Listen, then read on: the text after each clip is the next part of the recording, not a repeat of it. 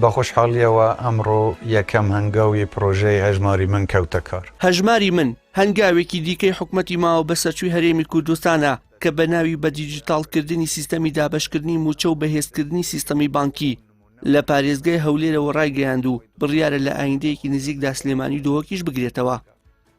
ڕاگەیاندنی پرۆژەی هەژماری من لە کاتێکدایە حکومەتی ماوە بە سەرچووڕەتی دەکاتەوە ڕێگە بدات کە ناوەت لە ڕێی کارتی ئەلکترۆنی و موچەی فەرمانبەرانی هەرێم لەگەڵ عێراقدا بەش بکات.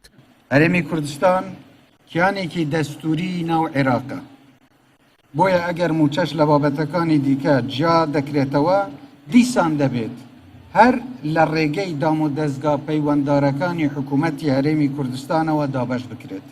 بەڕێی منم هەژماری منە جۆرێکە تەکنیکێکی تازەیە مەشغوڵکردنی خەڵکە بۆی خەڵکانێک بیریان لە کۆمەڵێک مەشاکیلی گرینگکەیە کە لە ژیانی کەسەکان پێویستە ویژ موچەیە بۆی خەڵک بێتوانێ بۆی خاڵێتی ژەوەیە کە ئەم پارەیە بەس لای خۆیان بلای خەڵک نامێنێتەوانێ من باوەڕم پێی نییە. مامۆستایەک دەڵێت حکومەتی ماوە بە سەرچوو دەیەوێت تەواوی موچە بخاتە سەر هەژمارێکی بانکی لە کاتێکدا پێشتر چەندین هەژماری بانکی تایبەت لەلایەن حکومەتەوە دەستیان بەسەرداگیراوە و ئەمەش گومانی لا دروست کردوون. پاشەکەوتەکە خەنە سەری بە حسابی خۆیان ئەی خەنە سەری پاشەکەوتەکە یا تۆ قرزێک لای حکومەتەوەی خەنە سەری بەڵام بەبێ ڕەسیت ینی بەبێ هیچ بینەمایەک ینی تۆ ئەگەر بتێ بچی پاشەکەوتەکە هینکەیت ینی ڕابکێشیت وەکو چۆن لە ئاسیایان شتێکینەکەی ئەڵێ باڵانسەکە بەشیم پەیوەندی ناکە ڕێک تۆ کارتەکەی تۆ بە 50 ملیۆن دیناریشی تیاابێ با 100 ملیۆن دیناریشی دیابێ ئەوەی تێ ناکە هەر ئەسڵەن لەو موچەی کە هەتە ئەگەر ماگانە ئەوەشی تێکەن تەبان ئەوەشی تێکەن بەدەیان فێڵیتری هەیە هەر خۆیان بان دروستەکەن و ینی کۆدەکەتە دزن و ئەیبەن و ئەڵێن بۆ نمونە کێڵی لێت نەکەوتۆ کێڵێک کە سوکارنی بردووە وەڵحاڵ کێشە خەنە ناو خێزانەکانیشەوە.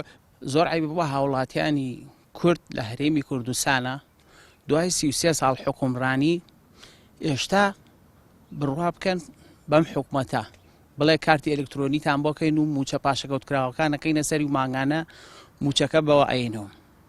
ئەم حکومەتە بەس ئەوەی ڕاستە بڵێ خوایەک هەیە بەو ئاسمانە و ناوی ئەڵڵایە. پەرلەمانتارێکی پێشووی پەرلەمانی کوردستانیش پێی وایە کێشە سەرەکیەکە نەبوونی موچەیە. حکومەت بۆ خۆ هەڵەکردن لەو کێشەیە دەیەوێت خەڵک بە سیستەمی نوێی بانکی سەرقەڵ بکات. یەکێک لە بانگەشەکانی ئەو پرۆژەیە ئەوەیە کە موچەخۆر بتوانێت یاخود گەنج بتوانێت کە نیەتی هاوسەرگیری هەبوو پێشینی هاوسەرگیری ڕابچێشێ یاخود نیەتی خانووی هەبوو سلفەی خانوو وەربگرێ. ئێمە لە هەرێمی کوردستان تا ئێستا موچەخۆر ماگانە موچەی پێنادرێت چۆن ینی پێشینەکان هەمووی ڕاگیراون ئایا چۆنچۆنی ئەمە چارەسەر دەکرێت. پێم وایە یەکێک لە ڕخنەکانی کە لەم پرۆژەیە دەگیرێ ئەوەیە کەمە کێشە داراییەکان لە هەرێمی کوردستان چارەسەر بکەین ئینجا دەست بۆ پرۆژەیەکی وا بین. تا ئێستا زیاتر لە 65,000 کەس خۆیان لە هەژماری مندا تۆمار کردووە کە لەلایەن سێ بانکەوە پشتیوانی دەکرێت.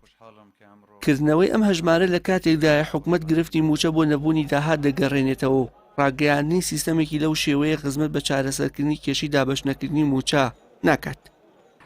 ئەمە سوودێکی زۆر بۆ بانکەکانیش دەهێنێ و لە کاتێکدا بە وتەی سەرۆکی حکومەتی ماوە بە سەرچووی هەرێم هەنگاوەکە لە بەرژەوەندی بانکە بەشدارەکان و قازانجێکی زۆر دەکەن.